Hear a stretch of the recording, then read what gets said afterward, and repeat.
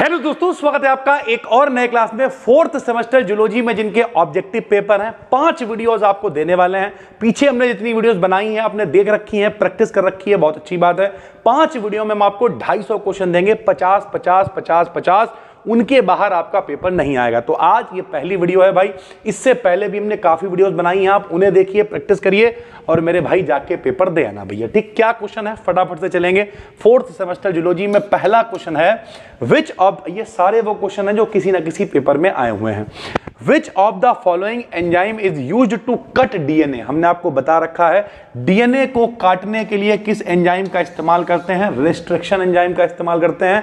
और डीएनए को जोड़ने के लिए किसका इस्तेमाल करते हैं, तो भैया लाइगेज एंजाइम का इस्तेमाल करते हैं। इन दोनों में से एक क्वेश्चन पेपर में जरूर मिल जाएगा, छोड़ के नहीं आना है मेरे भाई, ठीक है। दूसरा क्वेश्चन क्या है, restrictions enzymes are also called. Restriction enzyme को और हम लोग क्या क्या कहते हैं, तो काटने वाले हैं मेरे भाई, तो इन्हें नाइफ यानी मॉलिक्यूलर चाकू भी कह सकते हैं, ठीक है। बायोलॉजिकल सीजर्स कैंची भी कह सकते हैं, यानी ओवरऑल वो काटने वाले शब्द हैं, वो इनके लिए हम लोग इस्तेमाल करते हैं भाई, ठीक है। Who discovered restriction enzyme. Restriction enzyme की खोज किसने की है, तो भैया नाथन है, अर्बर है, स्मिथ है, 1970 में इन्होंने खोज की है।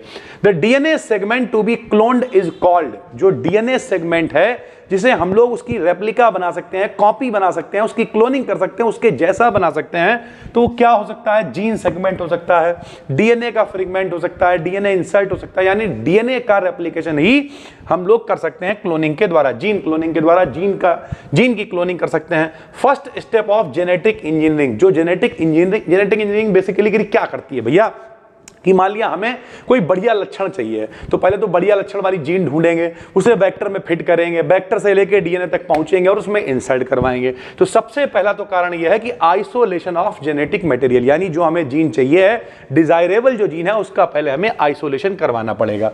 Which of the following enzyme is used to join. जोड़ने के लिए लाइगेज एंजाइम का इस्तेमाल करते हैं, बता चुके हैं। रेस्ट्रिक्शंस एंजाइम को कहां से अलग किया जाता है, तो बैक्टीरिया के ही ये पार्ट होते हैं, बैक्टीरिया से अलग किए जाते हैं भाई, ठीक है। Joining and cutting of DNA are the techniques. जो काटना जोड़ना है इसे हम लोग क्या कहते हैं, तो इसे जीन मैनिपुलेशन हम लोग कहते हैं भाई, ठीक है। लो प्रोटीन और हाई फैट, कि भैया खाने के अंदर प्रोटीन कम हो, फैट ज्यादा हो, कैसा होना चाहिए, नहीं, गलत है, ये फॉल्स स्टेटमेंट है। The first step in cloning a gene is to. तो भैया पहला स्टेप क्या होता है, जीन का आइसोलेशन। कहां से आइसोलेट करेंगे आप, जो हमारे पास जीन कंटेंट है भैया, ठीक है। Isolate the DNA from organism that contain gene, यानी वो डीएनए को अलग करो जिसके अंदर जीन है, फिर हम लोग क्या करेंगे, अपने हिसाब से चीजों को बनाते रहेंगे। रॉयल डिजीज किसे कहा जाता है, राजाओं वाली बीमारी, तो हीमोफीलिया को रॉयल डिजीज कहा जाता है। काफी बार ये क्वेश्चन आया हुआ है।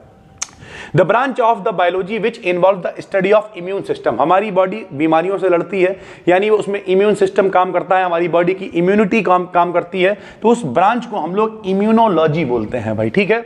Which of the following immunity is obtained during a life time, यानी जब हमारा जीवन चलता है उस समय जो इम्यूनिटी मेरी बॉडी में आती है, हमारी बॉडी में आती है, उसे एक्वायर्ड इम्यूनिटी कहते हैं। एक तो जब बच्चा पैदा होता है तो फिर मम्मी से सारी चीजें कनेक्टिविटी होती है, वन शॉट में हमने आपको बताया हुआ है। लेकिन जब हम लोग मतलब गोइंग थ्रू द लाइफ, तो एक्वायर्ड इम्यूनिटी हम लोग ग्रहण करते हैं, जिससे हमारी बॉडी बीमारियों से लड़ती है। How many types of antibodies, 5 प्रकार के एंटीबॉडीज पाए जाते हैं। हेपेटाइटिस बी क्या है, तो ये भी एक रिकॉम्बिनेंट वैक्सीन है, हमने आपको पूरा वन शॉट दिया हुआ है, कराया हुआ है, डिस्क्रिप्टिव वन शॉट, और बताया था hepatitis B recombinant DNA technique से बनाया जाता है। इंटरफेरॉन्स क्या होते हैं, तो ये साइटोकाइन बैरियर्स होते हैं। बैरियर्स मतलब समझते हो, रोकने वाले भाई, ठीक है। एंटीबॉडीज क्या है, तो एंटीबॉडी भी एक तरीके के ग्लाइकोप्रोटीन ही होते हैं भाई। डीएनए का पूरा नाम क्या होता है, तो आपको पता होना चाहिए, डीएनए का पूरा नाम डीऑक्सी राइबोन्यूक्लिक एसिड होता है। और डीएनए किससे मिलकर बना होता है, 50 बार बता चुके हैं, शुगर होता है, फास्फेट होता है और बेस होते हैं। तीनों से मिलकर न्यूक्लियोटाइड बनता है और बहुत सारे न्यूक्लियोटाइड मिलकर डीएनए बनाते हैं। Which of the following bond is present between base pairs. तो डीएनए के अंदर जो एडेनिन, ग्वानिन, साइटोसिन, थायामीन होते हैं, इनके बीच में कौन से बॉन्ड होते हैं, तो इनके बीच में हाइड्रोजन बॉन्ड होते हैं, जिनसे ये जुड़ा होता है, जिनसे इनका स्ट्रक्चर भी स्टेबल होता है।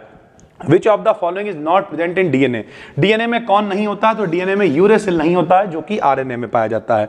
In human each cell normally contain how many pairs of chromosomes. तो सबको पता है भैया मनुष्य में कितने जोड़ी गुणसूत्र पाए जाते हैं? 23 जोड़ी गुणसूत्र पाए जाते हैं, जिन्हें हम लोग 46 भी कहते हैं।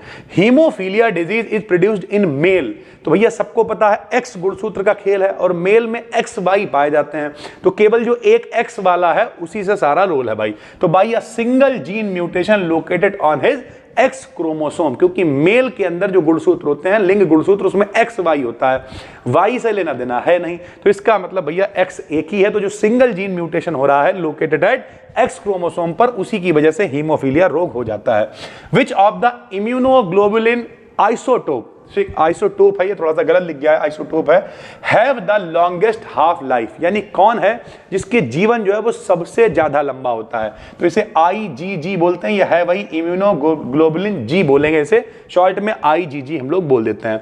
नंबर ऑफ लिम्फोसाइट्स, लिम्फोसाइट्स की संख्या कितनी होती है एक हेल्दी मनुष्य में? तो 1 ट्रिलियन के करीब लिम्फोसाइट्स पाए जाते हैं। ह्यूमरल इम्यूनिटी कहां से मेरे भाई मीडिएट होती है? तो जो बीटा कोशिकाएं, पढ़ लो, बी कोशिकाएं होती हैं, उनसे ह्यूमरल इम्यूनिटी प्रोड्यूस होती है, मीडिएट होती है, रेगुलेट होती है। In DNA the enzyme which breaks the hydrogen bond, DNA में जो हाइड्रोजन बॉन्ड होते हैं बेसों के बीच, बेसेस के बीच, बेसों तो भैया देसी भाषा हो गई, बेसेस के बीच जो क्षारों के बीच हाइड्रोजन बॉन्ड होते हैं उन्हें तोड़ने के लिए हेलिकेज एंजाइम का प्रयोग किया जाता है। द लॉरेंज कर्व, जो लॉरेंज कर्व है वो क्या दिखाता है भाई? तो द इनइक्वालिटी ऑफ वेल्थ, यानी जो पैसे में असमानता है, and income of a group of people, लोगों की जो इनकम में असमानता है, धन में कमी है, उसे दिखाने के लिए लॉरेंज कर्व का इस्तेमाल करते हैं। लॉरेंज कर्व 1905 में किसने डेवलप किया था? नाम उन्हीं का है, मैक्स ओ लॉरेंज ने इसे डेवलप किया था। कंप्यूटर के फादर कौन है? चार्ल्स बेबेज हैं। सीपीयू का पूरा नाम सेंट्रल प्रोसेसिंग यूनिट होता है। Which of the following computer language is written in binary codes only. Binary का मतलब क्या होता है? जिसमें केवल 2 अंक चलेंगे, एक 0 और एक 1, तो इसे हम लोग मशीन लैंग्वेज बोलते हैं, जो कंप्यूटर की भाषा होती है। सीपीयू को हम लोग ब्रेन ऑफ द कंप्यूटर कहते हैं। सबसे छोटी यूनिट क्या होती है? तो बिट होती है मेरे भाई। जब 8 बिट मिलते हैं तो 1 बाइट बनता है, ठीक है। फिर 1024 बाइट मिलते हैं तो फिर क्या बनता है? 1 किलोबाइट केबी बन जाता है, फिर केबी से एमबी बनता है, एमबी से जीबी बनता है, और जीबी आप लोग 1.5 GB इंटरनेट अभी करा रहे हो। तो सबसे छोटा कौन है? बिट है भाई, ठीक। List of coded instructions is called, बहुत सारी कोडिंग से जो आप इंस्ट्रक्शंस दे रहे हो उसकी लिस्ट को ही हम लोग क्या कहते हैं? प्रोग्रामिंग कहते हैं, कंप्यूटर प्रोग्रामिंग कहते हैं। स्टोरेज टाइप, तो पेन ड्राइव है भैया, जिसमें बहुत सारी चीजें हम लोग स्टोर करके रख लेते हैं, तो पेन ड्राइव एक स्टोरेज टाइप है, ठीक है। आउटपुट डिवाइस, जो चीजें हम लोगों को दिखती हैं भाई, जो हमें आउटपुट देते हैं, जैसे वीडियो यानी विजुअल डिस्प्ले यूनिट, इसे हम लोग मॉनिटर भी बोल सकते हैं। ये मॉनिटर देखो हमें रिजल्ट दिखा रहा है, आउटपुट दे रहा है, तो ये आउटपुट डिवाइस है। प्रिंटर है, स्पीकर है, ये सारे के सारे आउटपुट डिवाइसेस हैं। Genome size of east, east के जो जीनोम का साइज होता है वो 12 मिलियन बेस पेयर्स का होता है। Nucleic acids can be analyse experimentally, यानी जो न्यूक्लिक एसिड्स हैं, डीएनए है, आरएनए है, उन्हें भैया यूवी लाइट के एब्जॉर्प्शन के द्वारा हम लोग क्या कर सकते हैं? एनालाइज कर सकते हैं। न्यूक्लियोटाइड जो बनता है कैसे बनता है? तो शुगर बेस और फास्फेट मिलकर न्यूक्लियोटाइड का निर्माण होता है। WWW वर्ल्ड वाइड वेब कब डेवलप हुआ? 1989 में डेवलप हुआ। किसने डेवलप किया? तो टिम बर्नर्स ली ने इसे डेवलप किया था। फिर इंटरनेट सर्च इंजन का कोई एग्जांपल बताइए, तो गूगल है, याहू है, जो विकल्प मैंने रखा हुआ आप उस पर टिक लगा दोगे। Which factor is not responsible for the denaturation of protein, protein के स्ट्रक्चर को तोड़ने के लिए कौन रिस्पॉन्सिबल नहीं होता है? तो जो ऑर्गेनिक सॉल्वेंट्स है भैया, गर्म करोगे, ठीक, तो टेम्परेचर बहुत ज्यादा गर्म करने पर स्ट्रक्चर टूट जाता है, ऐसे और चीजें हैं। ऑर्गेनिक सॉल्वेंट विकल्प में था, इससे कोई लेना देना नहीं है, ये प्रोटीन के डीनेचुरेशन को नहीं करता है। How many amino acids make up a protein, एक प्रोटीन बनाने के लिए कितने एमिनो एसिड चाहिए हैं? तो 20 एमिनो एसिड चाहिए होते हैं। Repeating unit of protein are, protein किससे मिलकर बने होते हैं? तो एमिनो एसिड से मिलकर बने होते हैं। मायोग्लोबिन, आपको पता ही है, हीमोग्लोबिन, मायोग्लोबिन, तो जो मायोग्लोबिन है ये प्रोटीन ही होता है, जो 3 डिग्री स्ट्रक्चर, प्रोटीन के स्ट्रक्चर हमने आपको बता रखे हैं, 1 डिग्री, 2 डिग्री, 3 डिग्री, तो मायोग्लोबिन प्रोटीन का 3 डिग्री स्ट्रक्चर होता है। रोल ऑफ कंप्यूटर पार्ट, तो कंप्यूटर पार्ट का क्या रोल है? लिंकिंग टू सीपीयू, सीपीयू से कनेक्टेड रहिए, जो भी कंप्यूटर के काम है उन्हें आप करते रहिए, ठीक है। बैकबोन ऑफ डीएनए, डीएनए की जो बैकबोन होती है वो हाइड्रोफिलिक होती है। हाइड्रोफिलिक का मतलब समझते हो, देखो एक होता है फोबिक और एक होता है फिलिक।